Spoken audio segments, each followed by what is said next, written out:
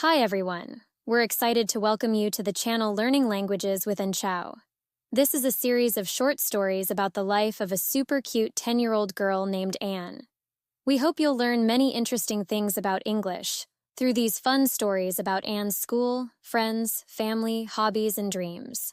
So, sit back and enjoy today's story. During the summer, 9-year-old Anne wanted to learn how to swim to stay healthy and strong. She jumped in with both feet when her mom took her to the pool.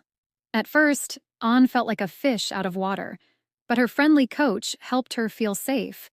Anne started with simple things like kicking her legs and breathing underwater. Sometimes she drank some pool water by mistake, but she kept going and didn't give up. Soon, Anne could swim without a float. She was over the moon to learn a new skill and swim safely. Each day, Anne felt stronger and as proud as a peacock of what she could do. Let's listen to the story again.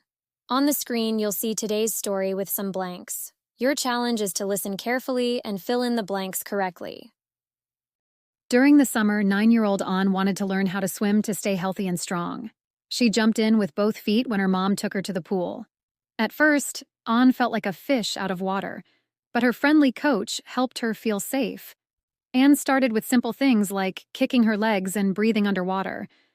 Sometimes she drank some pool water by mistake, but she kept going and didn't give up. Soon, Anne could swim without a float. She was over the moon to learn a new skill and swim safely. Each day, Anne felt stronger and as proud as a peacock of what she could do. Great job filling in all the missing words. Now, let's keep the fun going with some short questions. Show us how smart you are. How old was Anne when she learned to swim? When did Anne learn to swim?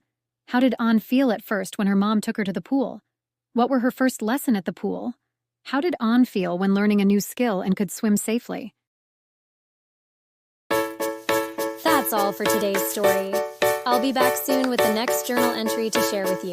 Bye for now and lots of love.